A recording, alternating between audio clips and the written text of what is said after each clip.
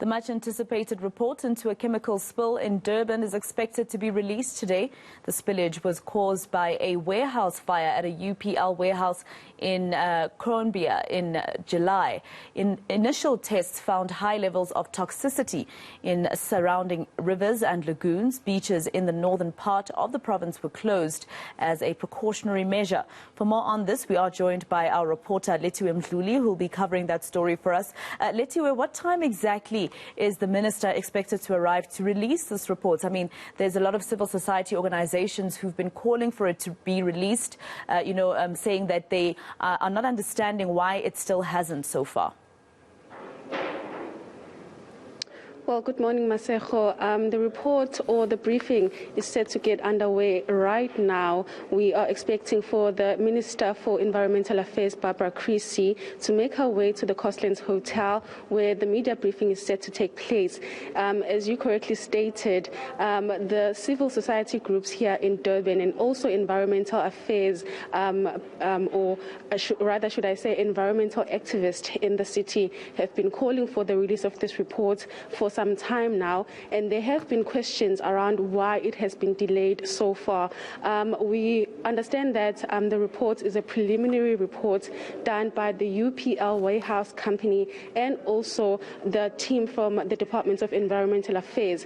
Now, we will be finding out what details they have found out following the chemical spillage that did contaminate the Ohlanga River in the northern parts of the province, and as a result of that, some beaches here in Umhlanga were closed, and till this day they actually have been closed as a precautionary measure.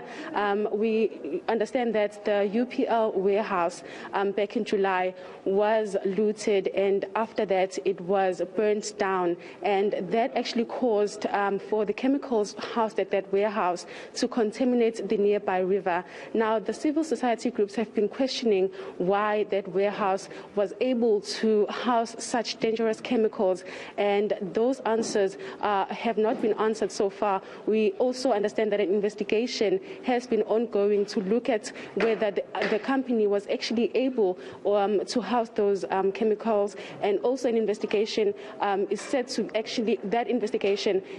conclude soon. We actually spoke to the MEC for Environmental Affairs not so long ago, Ravi Pillay, and asked him about this report, and he did say that it's been an ongoing matter between the eThekwini municipality and the department, but for now they are willing and they are ready to release this report, Masejo. Has UPL itself said anything so far? I believe in some of the articles, apparently they are disagreeing with some of the findings that are going to be released today. Well, they actually released a statement not so long ago on the 23rd of September saying that they had released that report. But what I want to mention is that when I was actually speaking to an environmental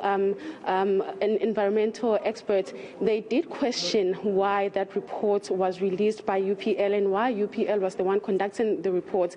And they were saying that because UPL made experts who were actually conducting that investigation sign non-disclosure agreements, they were actually questioning the report even before it was released.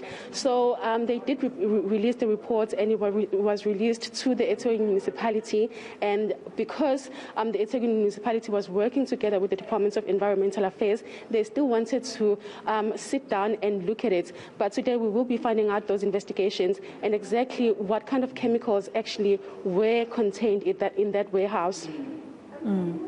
Just very quickly, Lethiwe, before I let you go, some of the businesses that thrive usually when the beaches that have been closed because of this spillage, how are they saying they're suffering since the closure of those beaches?